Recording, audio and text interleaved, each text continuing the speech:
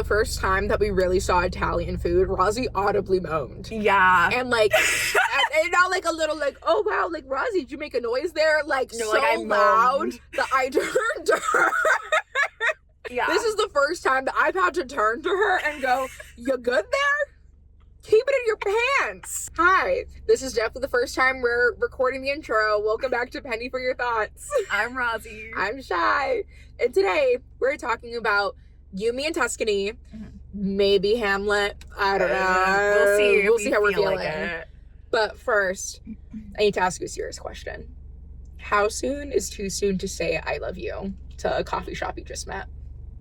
Oh, -5 days ago. Lead with love. I met a really beautiful coffee shop today, and I was standing in the coffee shop near my house. And I was like, they had so many specialty lattes. You can't do work there. It's very much a you go in and chill with people, but they also have acai bowls. So I did get a s'mores latte today and an acai bowl to go to work. And I was standing there and I loved their vibes. Loved everything about it. And I was standing there and they were taking my order and I looked at them and I kid you not, it almost came over me to be like, I love you. I love this place. That's so real. That's how I felt about Blend and Brew. That's beautiful. Back in Florida. Really, well, they were all Hispanic and I was like, oh, my people. This is really beautiful. I feel really loved right now. I feel really, this is really great. And everyone was so happy to be there, legitimately. It seemed like I was watching a TV show, that they were have you fired off this order, but they were just all so joyful. And I was like, it's a spring day. I've ordered a spring latte, or not a spring latte, a s'mores latte. But I was really delighted. It's the closest I've felt to Florida since leaving Florida. That's valid. I'll have to bring you. Yeah. So anyways, it's never too early to tell a coffee shop, I love you. Yeah. I think you should say I love you as frequently and often as, that's the same, as immediately and often as you like. Yeah. And you know where I want to say I love you? In Italy. Yay, transition. Look at that. I was really thinking about it. I was like, where do I go with this? You, Me, and Tuscany. What a beautiful movie. Rom-coms are back, baby. And thank God. And they've been back, but I'm thrilled and elated.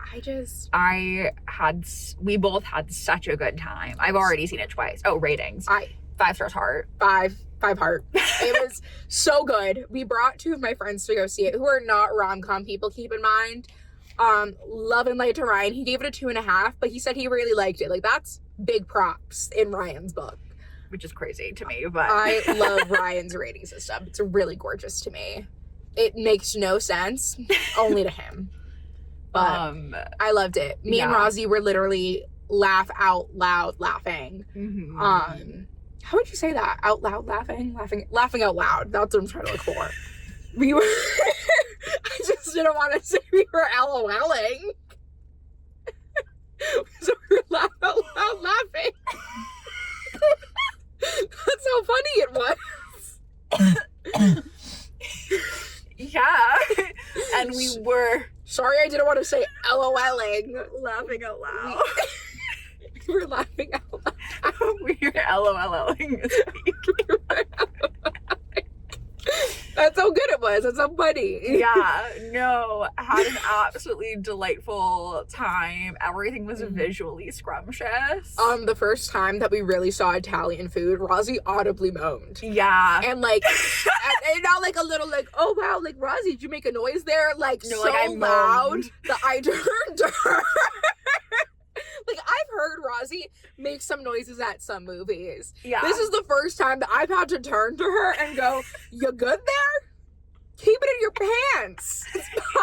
The best part is that every time I've moaned at a movie, it's been food. Yeah. And it's largely, I think it's just been Italian food or baked goods. Granted, it looked really good. Yeah. And the thing is, they weren't even lingering on that one.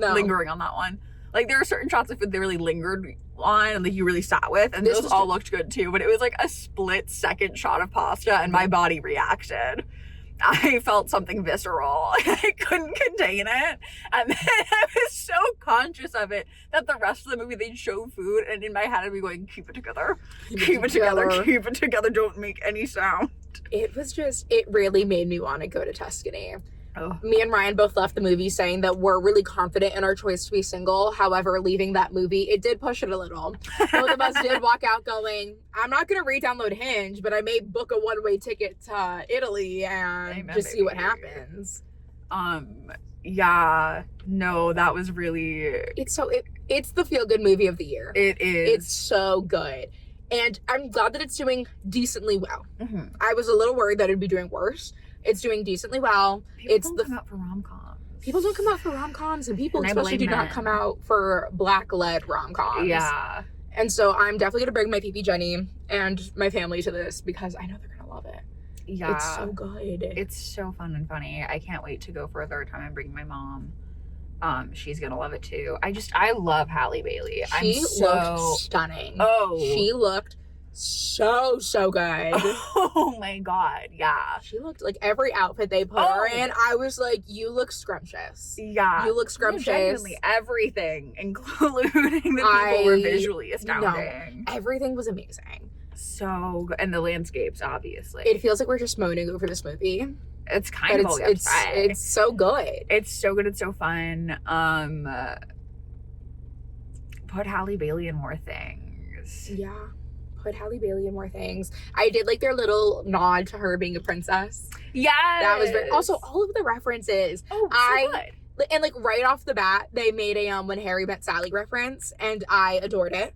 I'm sure I missed so many other like rom-com references, but they had they were like a bajillion things. I would say they were smack dabbed in there. It was really, truly delightful. Yeah. Go see it. Yeah, go see it. Please go see rom-coms so they keep making them because they are such a source of joy.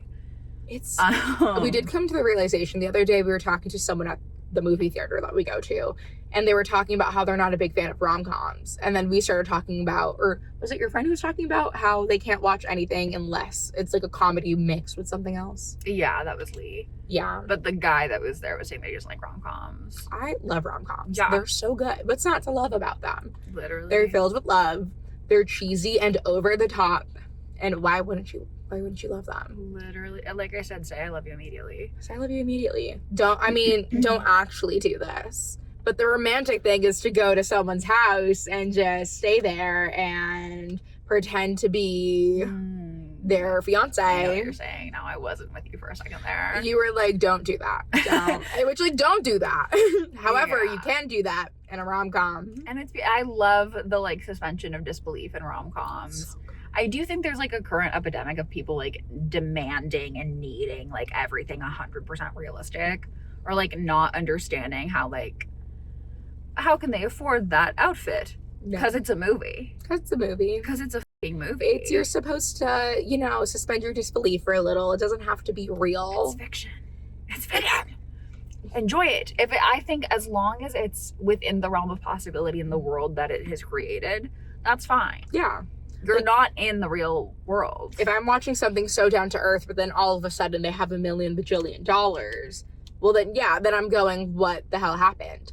However, it's like going into a rom-com. They even like make fun of it in You, Me, and Tuscany. That they're like, they didn't like comment on the fact that this was a rom-com, but what was his name? The guy who did he was like the taxi cab driver. Oh my God. The taxi cab driver. Lorenzo. I didn't even have to look it up. I remembered. Lorenzo kept going, so well, the more romantic thing to do would be this. Mm-hmm. But, like, the honest thing to do is this. So, like, they were even poking fun at it, going, this is so over the top and, like, that's exactly unbelievable. But that's what you want. Why would I want something really... I mean, there's times for things that are grounded in reality. Yeah, but that's not what a rom-com genre is. You can watch a romance. Yeah. Go watch a romance. Like a drama. I want to laugh. Yes. I want to have a silly, fun little time. And I don't know. It's always whenever I walk away from a good rom-com, I'm going, the world's a little brighter. It is. The world's a little brighter. I believe in love a little bit more. And whenever something funny in love happens like that, like in your everyday life, you just go, what a cute little time. I also, advice for single people, I guess. If you're struggling being single, my advice is to pretend like you're in a rom-com. Like, what are you doing before your rom-com starts? I like that. I think that's helpful. Do you have any more to say on You, Me, and Tuscany? I feel like we're gonna end up talking about Hamlet. Yeah, I was gonna say, it's just, You, Me, and Tuscany is just so good. I don't know if I have much more to say. It's yeah. just go watch it. I guess from like a film standpoint, is it like a perfect, amazing, like changing your life movie? No. However, I have joy in my heart. However, I have whimsy. However, I love and I love the Italian countryside and I love beautiful people and beautiful food. If you love Call Me By Your Name, try You, Me, and Tuscany. I also do think if you watched Anyone But You in theaters and liked it, you will love this. That is like, it's not at all similar, but in the realm of like overproduced, and I mean this is a compliment, overproduced modern rom-coms, it has a very similar like je ne sais quoi. And if you watched Call Me By Your Name and got to the ending scene with Timmy crying and thought to yourself, why can't people be happy? Watch You, Me, and Tuscany. Watch this. Yeah.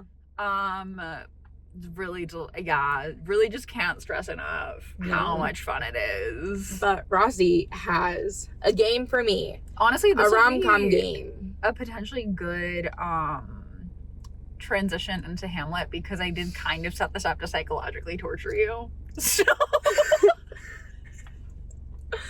why? I text Rozzy today going, hey, you know that fun, thoughtful, this or that game I did for you? You want to do that with rom-coms? And Rozzy goes, yeah, so what if I torture you? Well, I had 10 minutes and I wanted to do something a little bit different than this or that. So really like the psychological torture part is in like the options.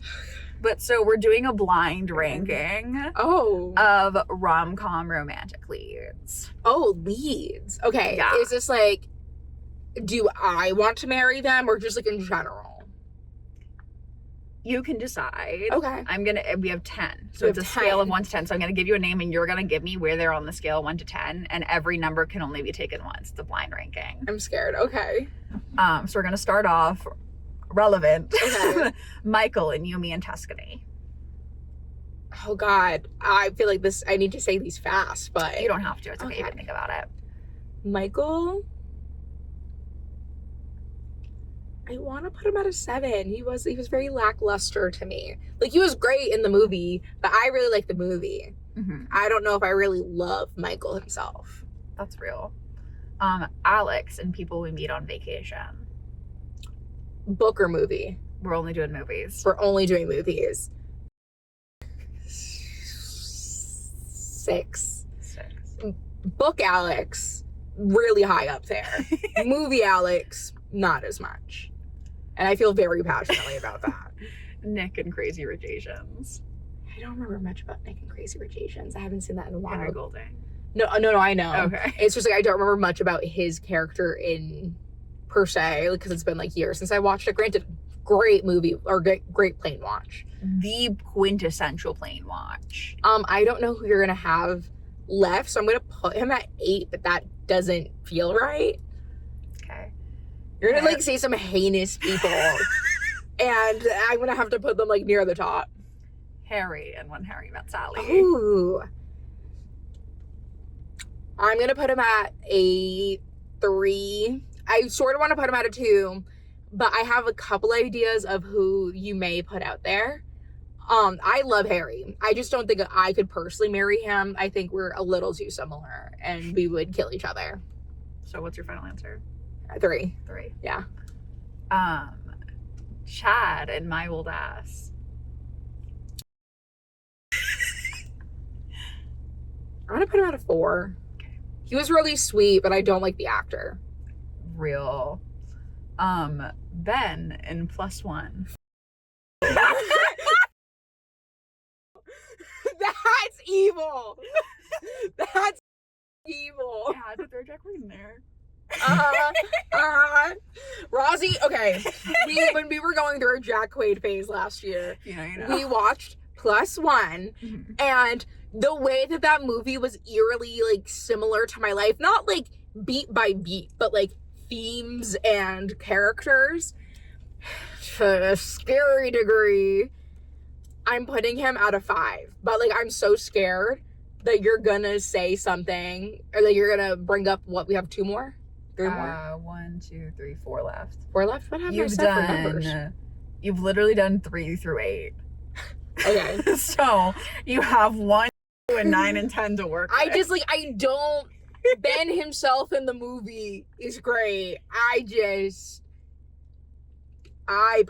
was he great? I don't know. I think we were siding with our diva from the movie. Yeah. I don't remember much about him. We were caught up in other things. They have a really great scene where they have sex in a graveyard, and we've, like, been quoting this ever since. There's so they have sex in a graveyard, and the gravekeeper, cemetery keeper? Groundskeeper. The groundskeeper comes up and finds them in the morning, and all he says to them is, "Cooters out." And we have quoted that ever since. We say that to Penny all the time, because Penny, since she's a dog, likes to put her legs up, and will always go, "Cooters out." Yeah. Okay, so he's 5. So your next one, Ben and Anyone But You. Rozzy, if all of these next ones are Ben. You're lucky you haven't seen How to Lose a Guy in 10 Days. That's why you have. I was like, you know what? I don't keep them going. Remind me to tell you something about my tarot cards later. I'm putting him at a 10. Anyone But You, I also watched in the same, no, actually 2 different plane rides, but that was also a plane movie for me. Love Glenn Powell, didn't super care for the movie, don't super remember him. I liked him better than Sydney Sweeney's character. I will tell you that. I wanted to do a Glenn Powell one because that's my boy, but I didn't know if you'd seen any of his other rom-coms. No, I think I've just seen that one in terms of like Glenn Powell rom-coms. Set It Up Delightful. I've not seen Set It Up Delightful. Oh my god. Hitman, fun as and then I would also count Twisters as a rom-com. That's if beautiful. Pressed. Okay. Who's the next Ben? That's all the Bens I had. Okay. Yeah. Thank God. We're going with the only one I haven't seen. Okay. Danny and Just Go With It. Oh, I've seen Just Go With It. Yeah, because you want me to see it. And I would love to. I love Adam Sandler. I've not seen Just Go With It for so long. Why do you feel so strong that I'm going to like it then? That's the one with Jennifer Aniston. Yeah, because I really like Jennifer Aniston in it. It's more so you're saying all of these like lead guys, and I'm like, I don't remember them, but the girl's amazing. And that's why I was like, well, I'm gonna do like the romantic interests, not the main characters. Damn, I wouldn't put him this high. What number do I have left? You have 1, 2, and 9. He's going at 9. Really? The movie I really love. It's just like I also recognize that this movie's from like so long ago that it's probably heavily misogynistic. But like I love the premise. It's so funny. Real. All right. So the only ones you have left are 1 and 2. Jesus Christ. Patrick and 10 Things I Hate Thank About you. You. I was waiting for that. Number 1. Thank you. That's why I was like, I know who's coming. I know my boy is coming. I'm gonna leave number 1 for him. Okay, so do you want to know what your number 2 is? Yeah. Loose and Imagine Me and You. Gladly number 2. Not disappointed she's not number 1. No. Well, I'm okay having both of them at 1 and 2. I can flip flop them at 1 and 2. I'm okay with that. Yeah, I didn't even consider what's it called? That she could be an option. Yeah. That's why I hit her to the end. That was really good. Also, when you said Just Go With It, I was also thinking of the half of it, which is why it also took me a second, because they're playing that at one of the theaters near us soon. Well, not near us, but near me. Real. And so that's what I was thinking of it, and I'm like, oh god, I don't remember anything about that movie. I found it so boring. Which is like also a shame, because it's the same director who did Saving Face. Yes, and I love Saving Face. And so that's why everyone was like, oh my god, Saving Face is so good, and then the half of it was only half good, in my opinion. Granted, it's also been a while. I have to rewatch it. So your final ranking is Patrick and 10 Things I Hate About You. Slay. Loose and Imagine Me and You. I picked Slay. Harry and Harry Met Sally. Yes. Chad and My Old Ass. Ben and Plus One. Alex and People With Me on Vacation. Michael and Yumi and Tuscany. Nick and Crazy Rich Asians. Danny and Just Go With It. And Ben and Anyone But You. Which is honestly so like real for you. Thank you. Like you kind of really aced that. The top 3 are my top 3 favorite rom-coms, so that does make sense. Like I frequently rewatch all 3 of those rom-coms. Imagine Me and You, I've already seen 3 times this year. And it's April. So Yeah. love those movies. And Shy is actually completely, totally fine with being single right now. Hence Yeah. the 3 watches. Yeah. Granted, Doesn't say anything. in each of the 3 watches, I like brought something new away from each of those movies. I was like, oh my God, maybe I just like need to go, not even go be by myself. Then I was just like, I feel much more confident in it. Interesting. Yeah. They've actually been like really healing. Really? In terms of like, because I feel like beforehand I would watch them and go, oh my God, like I really want a relationship. Like I really, really want that. And I feel like I'd be foaming at the mouth afterwards. But now I watch them and I go, oh, that's so sweet. And like one day we'll have that. But until then, I get to live my life pre-rom-com. Real. And that's why I was like, to single people who are struggling with it, and especially if you're a rom-com person, I'm like, think about it in a way where you're like, I don't know, in a rom-com they'll drop a piece of lore that they're like, oh my God, I used to do this. And it's like, you just have to think of it as You're doing that. this is my lore pre rom-com. But yeah, that was good. Thank you. That does make a lot of sense for me. Yeah. Although you reminded me of a lot of movies that I do have to go back and rewatch. I gotta go rewatch a lot of, my parents used to watch a lot of rom-coms when I was growing up. And so I do have to rewatch a lot of them in terms of a sensitivity check almost. Like, how well did these... There were so many that I didn't include, that like some that I love and others that are just kind of iconic. So like, I don't know if Shy has seen these / if she's seen them recently enough for them to have like any sort of opinion. I would literally, Ben from 10 Things I Hate About You, Nothing Things I Hate About You, from How to Lose a Guy in 10 Days was swapped with Crazy Rich Asians, because you have that in like 2 different lists on Letterboxd. So I was like, surely she remembers this at least a little bit then. I remember the girl and the family drama, not much about the man. The men, yeah, were kind of bland. Yeah, that's why you brought it up, and I'm like, I don't remember him. No, him being an 8 feels right, because it's like I also don't remember much of an impact. Yeah.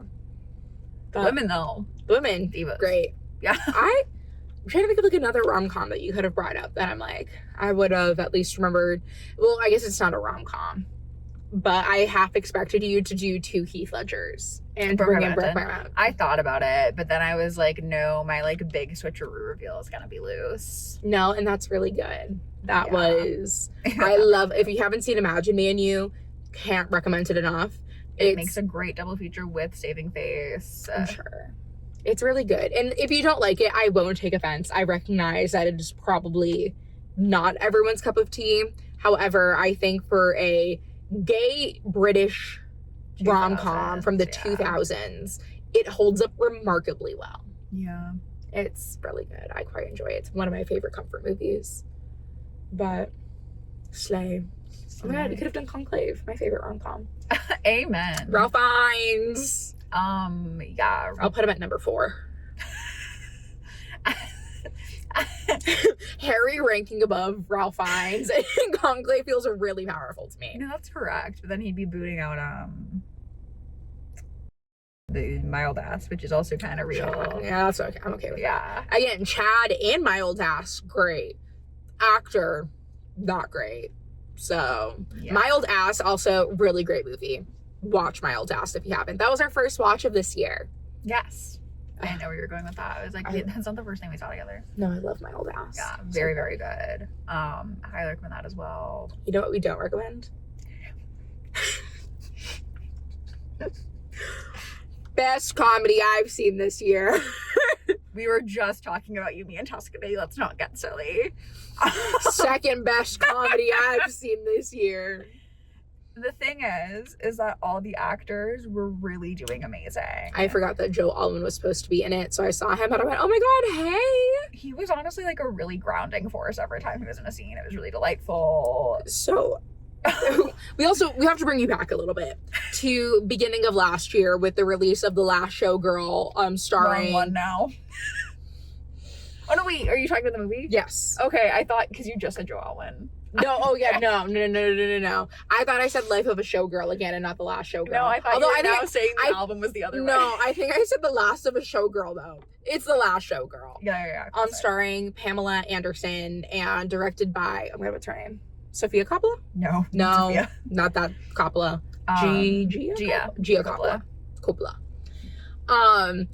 I walked out of that movie very impassioned, to the point that I wrote 2 reviews for that movie. One that was a joke in my initial thoughts, and one that was my first lengthy Letterboxd review. I walked out of that movie with a raging headache and multiple new tags on Letterboxd, including montage parentheses negative. And actually, I've got to go back and I'm going to add this now. I never added shaky cam parentheses negative. But after Hamlet today, I got to go back and add those, because in The Last Showgirl, they can't hold a camera for shit.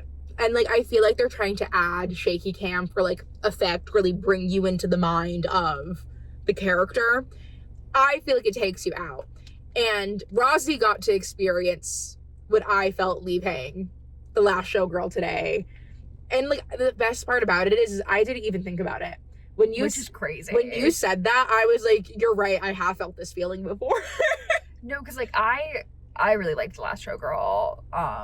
Loved the performances, loved the aesthetic, loved the actors. But the shaky cam, like, I noticed it in The Last Showgirl, but I also was like, this makes sense for what's happening. And it was disorienting, but not like dizzying to me. Whereas in this, and I think, to be fair, it's because I also liked, like, the score in The Last Showgirl was way more soothing. Yeah. Not like it also soothing, wasn't as loud. This Hamlet has so many, there's a club scene in Hamlet, and let me tell you, you're at the club. Like, for being in a movie theater, I was like, I feel like someone's gonna come in here and ask us to turn it down. I felt that too. We were in the club scene, and I was like, now I don't have epilepsy, but I'm questioning it, actually. The club scene was happening, and I was going, am I? I've actually never felt more immersed. And I've done 4D theaters. We were at that club with him. And I was like, usually this is like a positive. No. Because I was getting so nervous, because I was like, oh my God, someone's going to come in here and complain. And like, I don't handle the sound on this. Like, dude, we don't like it either. I don't want to be here. No, that was so bad. And the score was, first of all, so repetitive that it was pissing me off. Second of all, bad and jarring and grating to the ears. And I was like, it would just kind of be a similar, like a in your eardrum, like thumping. It felt like I had water stuck in my ears. My ears hurt, actually. Now that you say that during this movie, my ears did hurt. No, my drums hurt. Yeah. I was like, damn, I need to do eardrops later. No, and like, I've been having ear issues recently, and during this movie, I was like, I gotta remind myself to write down that my ears hurt to my doctor. No, that plus the fucking shaky cam. Oh my God. To really show you how this movie went, I constantly like literally like a pattern every 20 minutes would be out of the movie thinking about something in my head, and then go, oh shit, I gotta lock into the movie, and then drift back out going movie. Yeah. And I like Shakespeare. I should add that. Yeah, I've taken many a Shakespeare class. I'm very pretentious. It was like, I don't even know what it was like. I just felt like I was going insane. Because again, like, Riz Ahmed, I was so excited to see his Hamlet. Yeah. I've been a big fan of his since Sound of Metal. So I was like thrilled when I heard that this was like happening. I was like, yes. And then I got in there and I went, oh, like, you didn't know that's what it was going to be, did you? Just like the production itself and the specific choices from the director were just, which is jarring. It's also crazy because they also have one of the best choreography. Oh my God. Choreographed scenes I have seen in a long time. Oh yeah, one of my favorite dance sequences I've ever seen. They had a Bollywood dance scene, and it was supposed to be the play that takes place in Hamlet. And it was I felt uncomfortable. I was about to confess to a murder that I didn't even do. I was like, the way that guy was staring into his soul. God. Also, so another thing with this movie, I wasn't really in the movie because somehow, and granted, I don't know if it's because I watched a documentary recently on like film editing, so I don't know if I was just being more hyper vigilant of like edits and just like movie things, but I was thinking about in that particular scene how much the makeup really adds to that, because it really like accentuates his eyes. Yeah, and the costuming. It's so good. It Oh my was god. so And then good. the red on their hands for the blood. That, So I think I gasped. good. No, Another moment I of don't- Rozzy being auditory in a theater. Yeah. I think I gasped. I don't know if you caught that.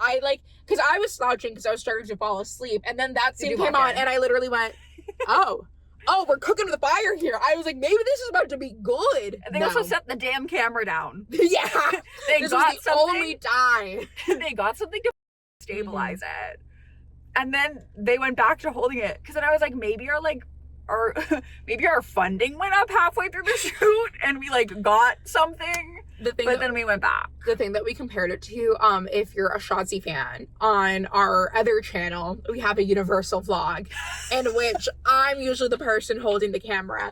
And for some reason, in the Universal vlog, I decided to get really esoteric with it. I was like, actually, I am a filmmaker. Let me film. And half of the shots, or half of the B-roll, is me going, wee! And spinning to the point that behind the scene directors know, or editors know, if you see the Jimmy Fallon scene, I had to slow that down because I was spinning too fast. And that's how I felt in this movie. I did have a thought while watching this where I was like, whoever had to splice this together probably had the worst migraine of their life. Oh my god, I was miserable editing the damn Universal thing because I was stop. I was like, stop moving. Stand still. And I cannot imagine the person editing this going, and why? Because it's also funny. Because I also say this as the person who has had to edit and the person who has had to do the camera work, going, and the director part, going, we're cooking with fire here. We're cooking with gas. This eats. We're doing so good. Because one of their first shots, I will give it to them. When they did a bit of camera movement, I was like, oh, that looks really good. But then when the camera movement kept happening every single scene, I was like, so we really ate with that. And then went, no, let's keep going. And now it was actually, they were vlogging. I think it was a vlog because the way that the camera was moving was documentary style, Genuinely, but I've never seen a documentary that shaky either. It also, because he was out in the field. It was field work. He was on the battlegrounds. There's one splice. I think it was when Rat Guy was fighting with him the last time. I want to say it was then, but it was Riz Ahmed was in the whole thing because they cut every scene from Hamlet that doesn't have Hamlet.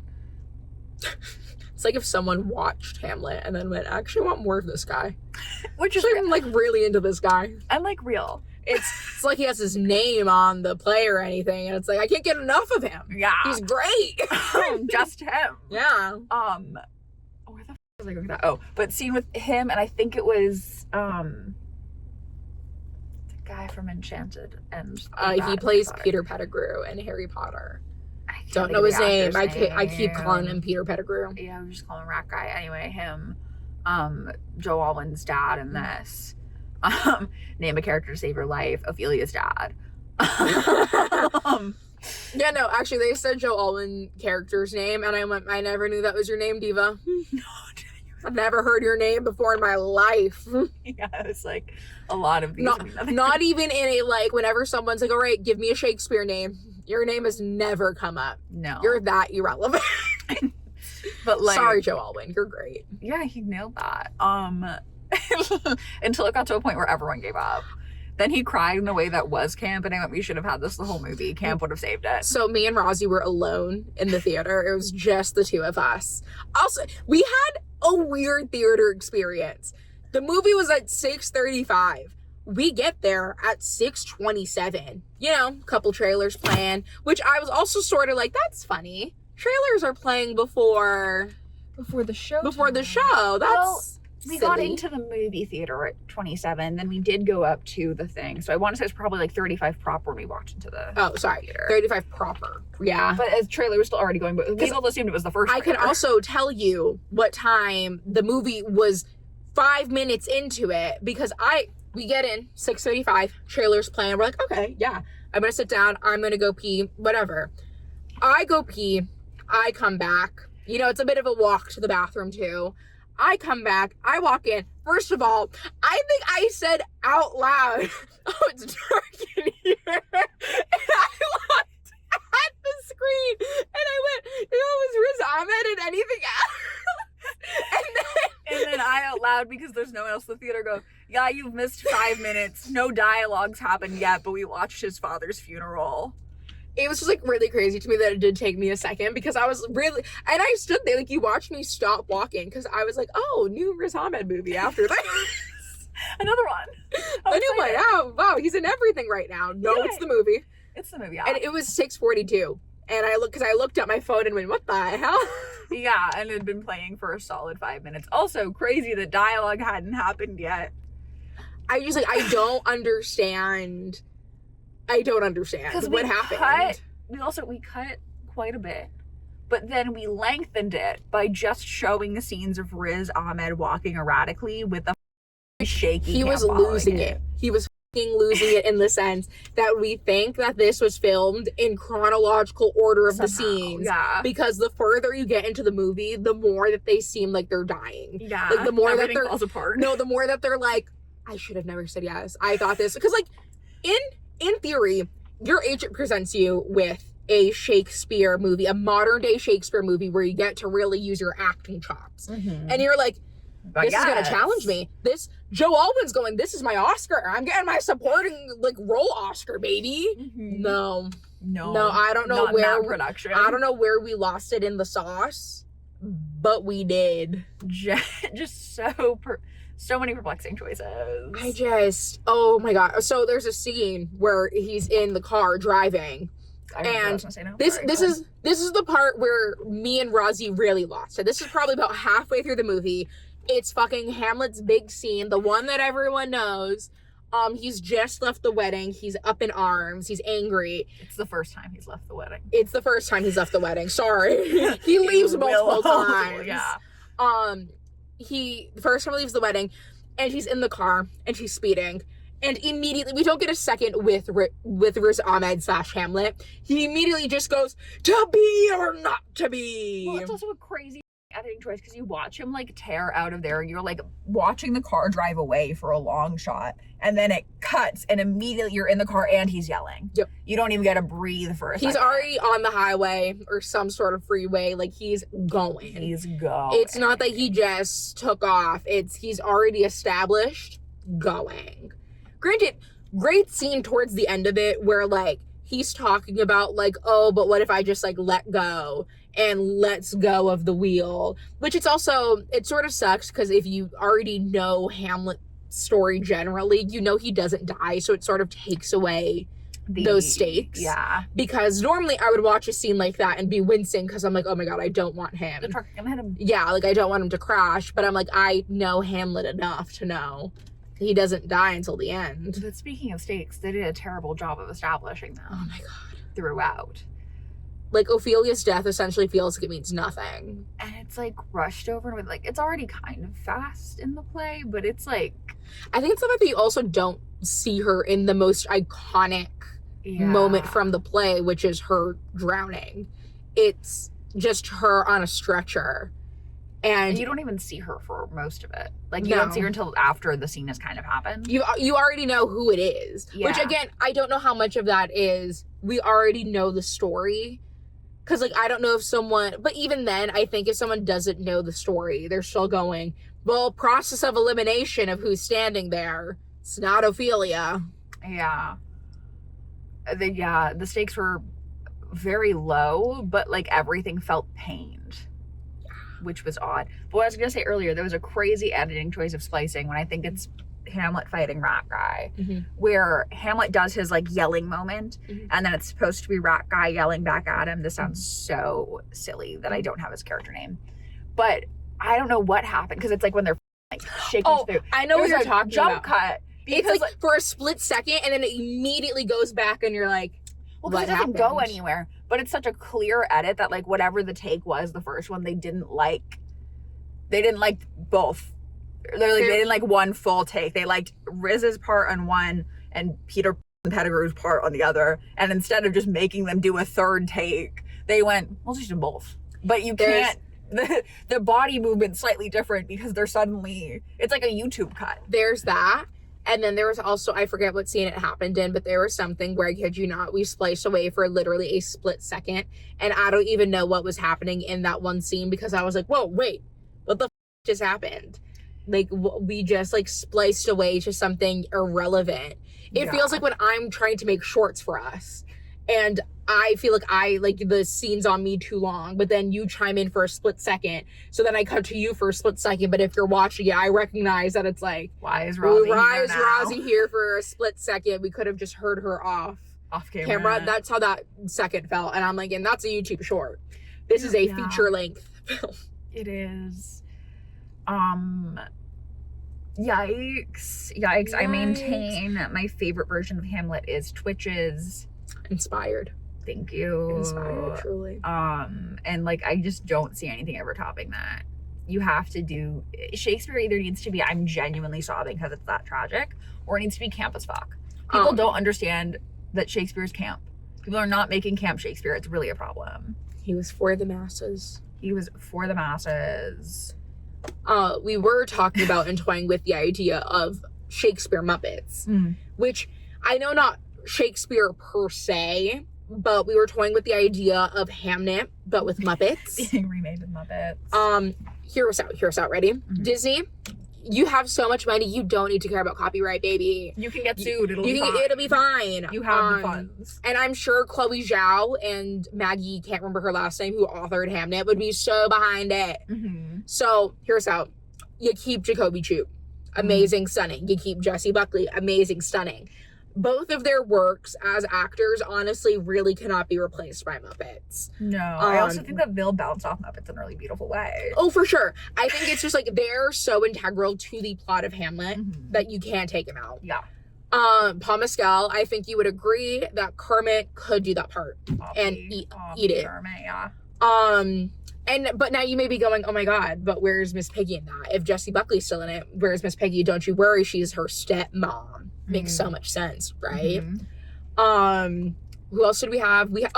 Shakespeare's parents are Rizzo and Pepe. Yes. Pepe. Yeah. I think Pepe dad, Rizzo mom. Yeah. However, you can swap them. I don't think we ever address it. I think they interchange. Interchange. Those are his parents, gender non-specified. Yeah. Adds a lot. Yeah. The children are Jacoby Jupe siblings. Yeah, Robin and Bean Bunny. Robin and his twin specifically. Yes. Because honestly, they kind of do look alike. I think it works. I think that Robin has a similar enough face to Jacoby Jupe. But we said that when Jacoby Jupe dies, Bean Bunny's also in the bed with them. It's all three of them. But then picture us, we're eating dinner. Rozzy looks at me and she goes, but where's Gonzo in all of this? You know, he has to be in this movie. Yeah. Where is he? Hear me out. He's deaf. He's the narrator.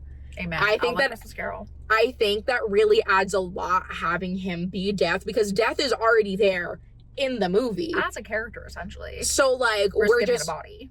I was gonna say we're giving it a corporeal form in our version of the movie, which we already do in Christmas Carol. Amen. So, and I think Gonzo would really eat that. I think that'd be fun for him. We also had her brother, Joe Alwyn, is played by Fozzie Bear. Although now I'm a little sad. I'm like, oh, Joe Alwyn. I think Joe Alwyn's also in it. I think it's just Joe Alwyn and you're right, Fozzie Bear.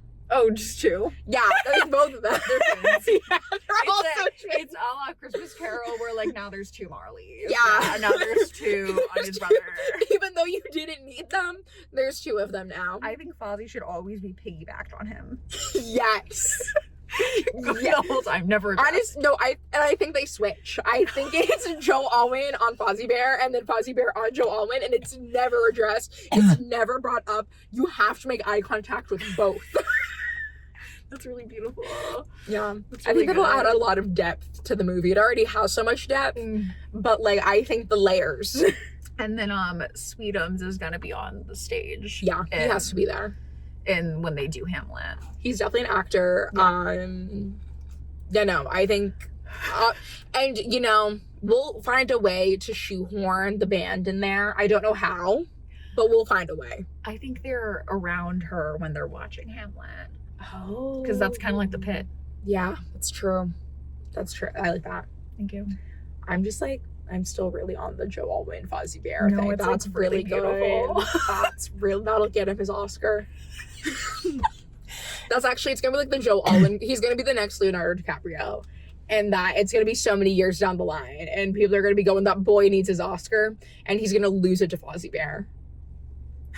Based.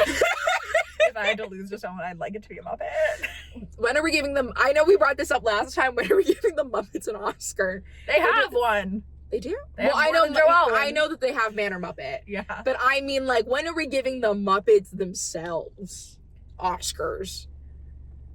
You know, That's really good. I think, okay, I've also thought about this for a while. I think there should be a children's category because we have an animated feature category. It's not children's, yeah. But it upsets me that we don't have a children's category. Granted, then you get murky because the Muppets isn't always children's. They also don't do per se. genre. That is also true. I guess like the Globes or something could, but then there's also like the weird fine line of it's gonna be mostly animated anyway because a lot of the live action kids movies are absolute jack shit terrible. Yeah. It's just like so upsetting to me because it's like, what is it? I think it was 2002, I want to say, or 2001. Maybe 2001, when they were doing the animated feature category and they actually animated the characters Into the audience. Yeah, I want the Muppets in the audience. If they're not going to win an Oscar. Oh.